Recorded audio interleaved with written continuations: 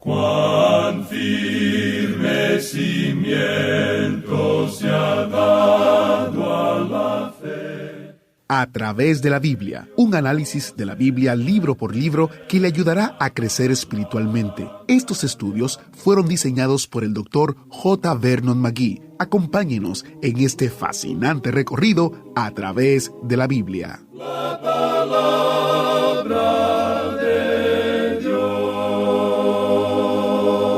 Este es el testimonio de Juan, cuando los judíos enviaron de Jerusalén sacerdotes y levitas para que le preguntasen: ¿Tú quién eres? Confesó y no negó, sino confesó: Yo no soy el Cristo. Y le preguntaron: ¿Qué pues? ¿Eres tú Elías? Dijo: No soy. ¿Eres tú el profeta? Y respondió: No. Le dijeron: Pues ¿quién eres? Para que demos respuesta a los que nos enviaron. ¿Qué dices de ti mismo? Y dijo: Yo soy la voz de uno que clama en el desierto: enderezad el camino del Señor, como dijo el profeta Isaías. Eso lo leemos en el Evangelio de Juan, capítulo 1, versículos del 19 hasta el 23. Bienvenido a Través de la Biblia, el programa en el cual conocemos a Dios en su palabra. Soy su anfitrión, Heiel Ortiz. Hoy continuamos nuestro fascinante viaje por el Evangelio de Juan. Solo hemos empezado, así que ahora sería el tiempo perfecto y apropiado para invitar a sus amigos o familiares a estudiar con nosotros la palabra de Dios.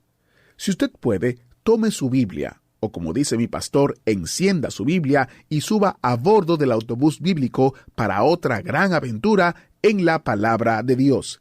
Y mientras lo hace, vamos a orar. Padre Celestial, gracias por tu palabra que anima, reta y nos mantiene en el camino correcto. Usa este tiempo para hablar a nuestro corazón y ayudarnos a conocerte mejor. En el nombre de Jesús oramos. Amén. Ahora iniciamos nuestro recorrido bíblico de hoy con las enseñanzas del Dr. McGee en la voz de nuestro hermano Samuel Montoya. Continuamos hoy estudiando el capítulo 1 del Evangelio según San Juan. Y en nuestro programa anterior estábamos hablando de las 3 declaraciones importantísimas que habíamos visto en el versículo 14 de este primer capítulo del Evangelio de Juan. Y decíamos que la primera declaración fue: el Verbo fue hecho carne. Es decir, el Verbo fue nacido carne. Dios viene desde la eternidad y se hace carne. La segunda gran declaración es: el Verbo habitó entre nosotros. Dijimos que la palabra habitó es la palabra griega skenos, que tiene el sentido de acamparse. La palabra skenos significa tienda. Y el apóstol Pablo se sirve de esta misma figura en su segunda carta a los Corintios, capítulo 5, versículo 1, donde compara nuestros cuerpos, en los cuales vivimos, con pequeñas tiendas o carpas. Y él dice allí: porque sabemos que si nuestra morada terrestre, este tabernáculo, se deshiciere, tenemos de Dios un edificio, una casa no hecha de manos, eterna en los cielos. Esta pequeña tienda en la cual vivimos puede ser derrumbada en una noche por un simple vientecito. Puede ser quitada en un instante. Y a causa de que usted y yo, amigo oyente, vivimos en estas pequeñas tiendas, el Dios de la eternidad bajó a esta tierra y se hizo carne y habitó entre nosotros. Esa es la segunda gran declaración en este versículo 14. Y la tercera declaración es: y vimos su gloria, gloria como del unigénito del Padre, lleno de gracia y de verdad. La pregunta que dijimos surgía aquí es: ¿no se limitó a haciéndose carne? Y Juan nos responde: espere un momento, fue lleno de gracia y de verdad. Ahora, la palabra lleno quiere decir simplemente que estaba tan lleno que no podía tener más. Trajo con él toda su deidad. Cuando vino acá, fue lleno de gracia y lleno de verdad.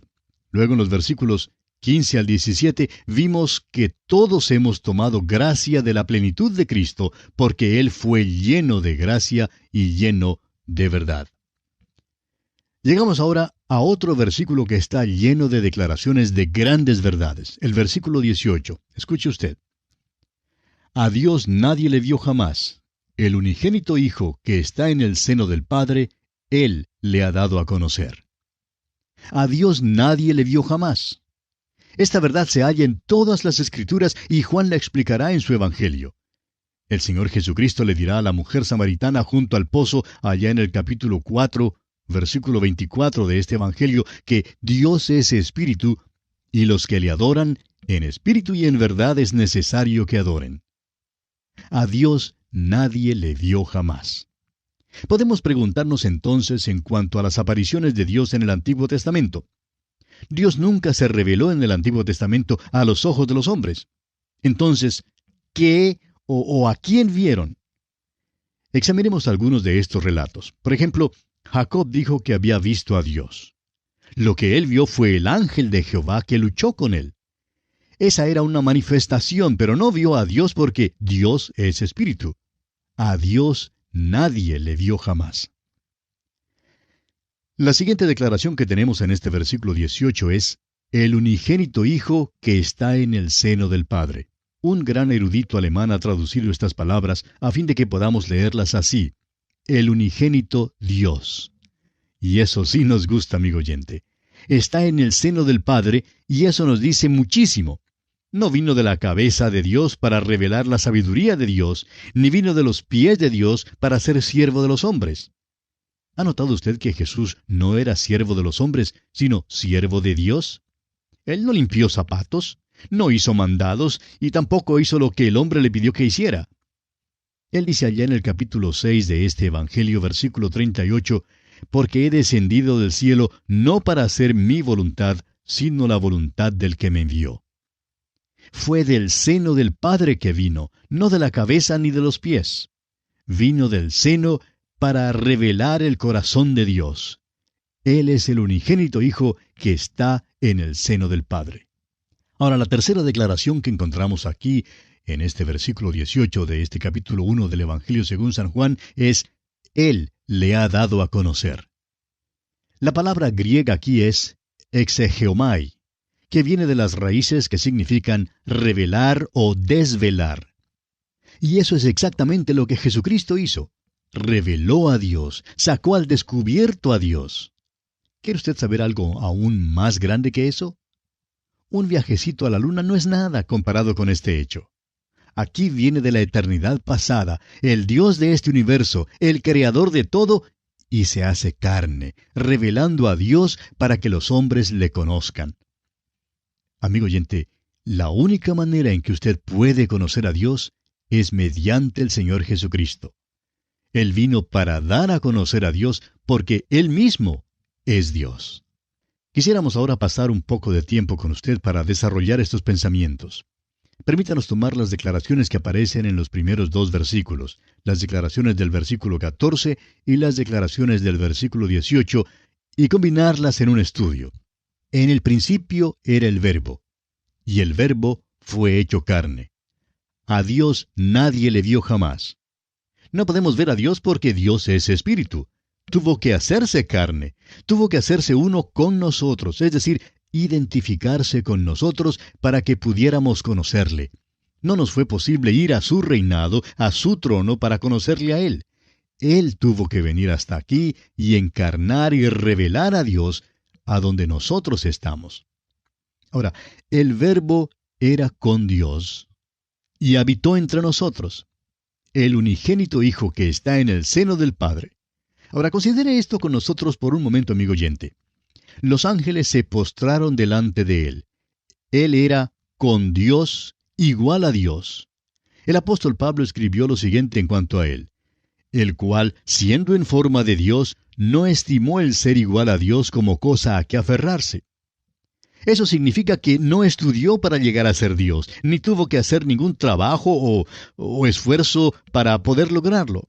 No se trataba de un grado o un puesto que hubiera conquistado. No trató de ser Dios, porque eternamente Él era Dios. Tampoco cambió su posición relativa a Dios cuando vino a la tierra. Por ejemplo, no le fue necesario decirle al Padre cuando vino a esta tierra, ahora vigila a Gabriel.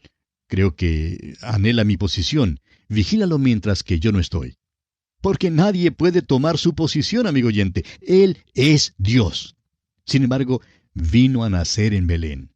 Hubo solamente unos pocos pastores que vinieron a verle. Fue a Nazaret y se quedó escondido por 30 años en ese pueblito. El Dios de la eternidad bajó a Nazaret y trabajó en una carpintería. ¿Por qué hizo esto? Lo hizo a fin de que pudiéramos conocer a Dios, amigo oyente. La única manera en que usted jamás pueda conocer a Dios es conociendo a al unigénito Hijo que está en el seno del Padre. Él es el único que puede revelarnos a Dios. Ahora, esta declaración, el Verbo era Dios, y vimos su gloria, gloria como del unigénito del Padre, lleno de gracia y de verdad, y luego Él le ha dado a conocer. Cuando Él estuvo aquí, en la tierra, todavía era Dios, lleno de gracia y de verdad, y dio a conocer a Dios. Él es el único, amigo oyente, que puede revelar a Dios. Es sólo por medio de Jesucristo que podemos conocer a Dios. Ahora, todavía no hemos terminado de hablar sobre estas declaraciones. Queremos que usted vea algo más. Permítanos una pregunta. ¿Cómo es que usted divide el universo? El científico que ideó el blindaje que ha protegido todas las cápsulas espaciales durante su reentrada a la atmósfera en el programa espacial norteamericano, una autoridad en cuanto al calor, dijo en cierta ocasión: ¿sabe que este universo está compuesto de solamente 3 cosas? Creo que Dios ha dejado sus huellas dactilares sobre todo. La Trinidad se encuentra en todas partes. Entonces, explicó luego, que el universo se divide en el tiempo, el espacio y la materia. Entonces seguí explicando lo que quiso decir. El universo se divide en el tiempo, el espacio y la materia. ¿Puede usted, amigo oyente, pensar en otra cosa? Es muy interesante que el tiempo, el espacio y la materia abarquen todo lo que hay en este universo como nosotros lo conocemos. El tiempo puede ser dividido en solamente 3 partes: el pasado, el presente y el futuro. ¿Puede usted pensar en otra forma? Ahora, el espacio, por ejemplo, se puede dividir en lo largo, lo ancho y lo alto. ¿Habrá acaso otra dimensión? Y en la materia tenemos la energía, el movimiento y el cambio o fenómeno. Esas son las 3 divisiones de las 3 divisiones. El universo en que vivimos es una seña de la Trinidad. Hablemos entonces por unos momentos sobre el universo. Vamos a mirar la encarnación para ver cómo es que se relaciona con nuestra observación del universo. El versículo 1 de este capítulo 1 de Juan dice: en el principio era el Verbo, y el Verbo era con Dios. Esto se remonta hasta allá, a la eternidad pasada, y aquí tenemos tanto al tiempo como al espacio. Luego el versículo 14 nos dice: y aquel Verbo fue hecho carne. Es decir, bajó al espacio físico. El que no estimó el ser igual a Dios como cosa a que aferrarse, descendió a la tierra, vino a Belén, a un pequeño sitio geográfico. Amigo oyente, Él sí que estuvo en órbita en el espacio. Nuestro viajecito a la luna no ha de ser ni aún comparado con el hecho de que Él vino desde la misma gloria del cielo y que vino para padecer hasta la muerte y muerte de cruz. Luego el versículo 18 nos dice: a Dios nadie le vio jamás. El unigénito Hijo que está en el seno del Padre, Él le ha dado a conocer. Es decir, fue hecho materia, se hizo hombre, se hizo carne para que los hombres pudieran ver y conocer a Dios. Por tanto, vemos aquí el tiempo, el espacio y la materia, todos involucrados en la encarnación. En realidad, no sería posible seguir y subdividir esto aún más. Pero pasemos ahora a considerar por unos momentos el tiempo. Ya declaramos que el tiempo se divide en el pasado, el presente y el futuro. Vamos a mirarlo. El versículo 1 dice: en el principio era el Verbo. Eso es pasado. Y aquel Verbo fue hecho carne. Eso es presente. En nuestros tiempos, en los tiempos del hombre, Él vino y se hizo carne.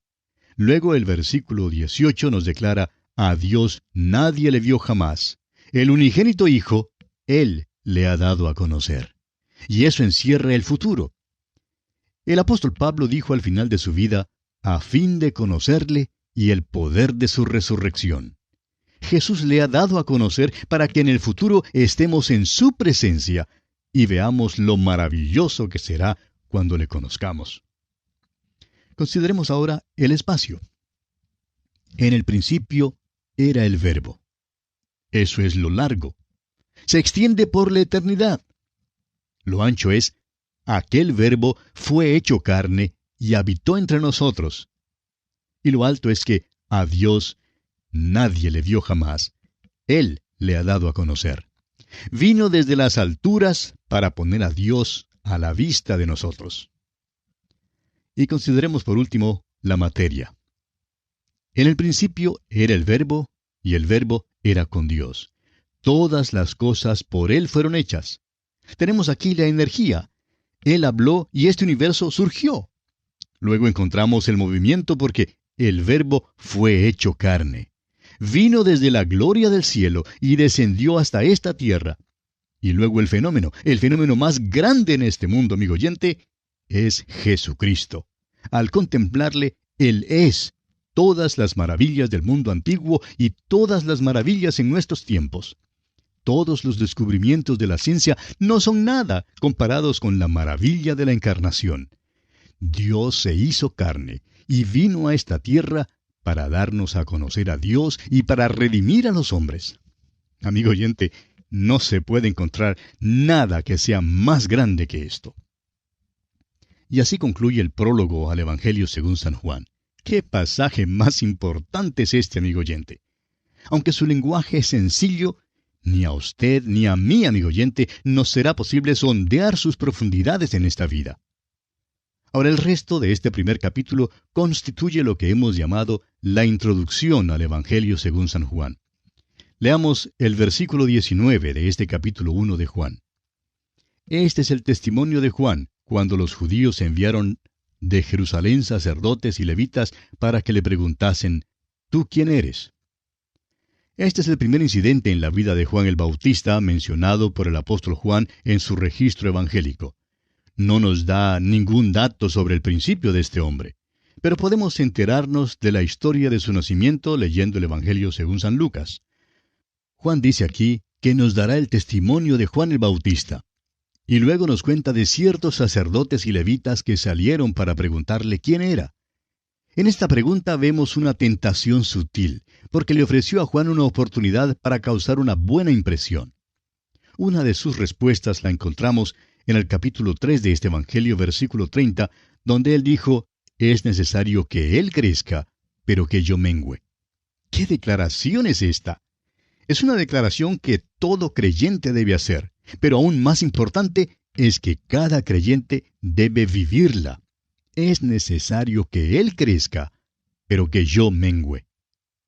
Amigo oyente, los dos no pueden ocupar el mismo lugar.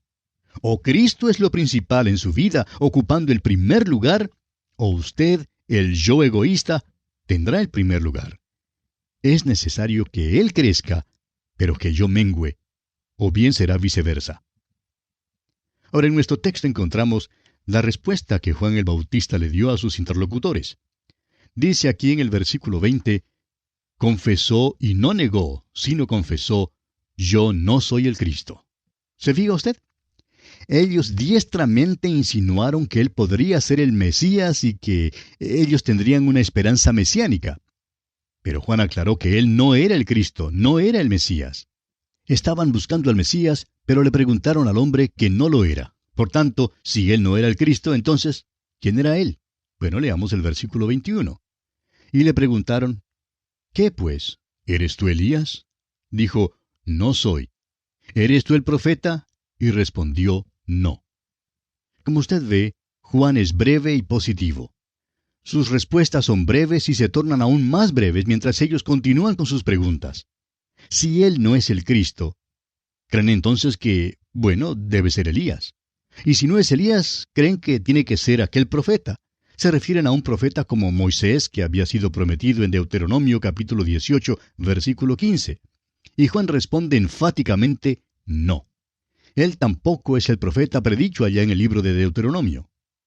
Leamos entonces los versículos 22 y 23 de este capítulo 1 de Juan. Le dijeron, «Pues, ¿quién eres? Para que demos respuesta a los que nos enviaron. ¿Qué dices de ti mismo?» Dijo, «Yo soy la voz de uno que clama en el desierto. Enderezad el camino del Señor, como dijo el profeta Isaías». Ellos insisten en que Él debe decirles quién es. No pueden volver con un informe que es simplemente un montón de negativas. Por tanto, Juan por fin se identifica. Y note usted que él dice que es una voz. Es que Cristo era el Verbo. Juan era la voz. Al escuchar usted el programa hoy, amigo oyente, yo soy simplemente una voz. He tenido la oportunidad y el privilegio de conocer a varios de nuestros radioescuchas, y muchos de ellos me dicen, bueno, ahora tengo una cara para juntarla con la voz que escucho por radio. O bien dicen, muchas veces me he preguntado, ¿cómo será su fisonomía? Amigo oyente, permítame decirle que aquí yo simplemente soy una voz. Y esto era también todo lo que Juan quería decir. Tenía un gran mensaje que dar. Era un mensaje más grande que él. Y francamente, estamos satisfechos de ser simplemente una voz, porque es cierto que el mensaje que tenemos que dar es más grande que el individuo que lo da. Y eso es, creemos nosotros, una de las bellezas del ministerio radial. La personalidad no se involucra tanto. Es simplemente una voz que usted escucha. Y claro que esa voz debe declarar la gloria de Cristo. Bien, amigo oyente, continuaremos Dios mediante en nuestro próximo programa. Que Dios continúe bendiciendo su vida en todo instante. Así es, queridos oyentes, nosotros somos simplemente la voz que comunica un mensaje, y esto es lo maravilloso del ministerio radial. Las personas no se concentran en nosotros, sino que se concentran en nuestra voz que comunica el mensaje más importante, que es el mensaje del Evangelio. El librito escrito por el Dr. Magee, ¿Por qué 4 evangelios? Hay una gran diferencia entre los 4 evangelios: Mateo, Marcos, Lucas y Juan.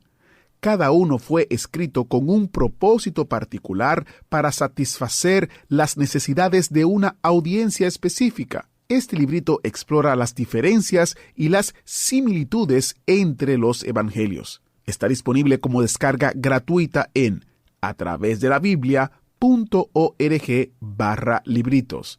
atravesdelabiblia.org/libritos, o también usted puede adquirirlo en la plataforma Amazon en una versión impresa o en formato digital.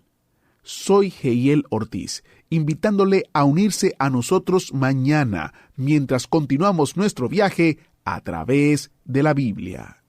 ¿Fue de ayuda para usted el estudio de hoy? ¿Desea enviarnos algún comentario de lo que ha estado escuchando? Entonces escríbanos, no espere más. Nuestro correo electrónico es atv@transmundial.org. atv@transmundial.org. Si desea recibir las notas y bosquejos de lo que estamos estudiando, suscríbase gratis en nuestra página en internet, atravesdelabiblia.org/notas, atravesdelabiblia.org/notas.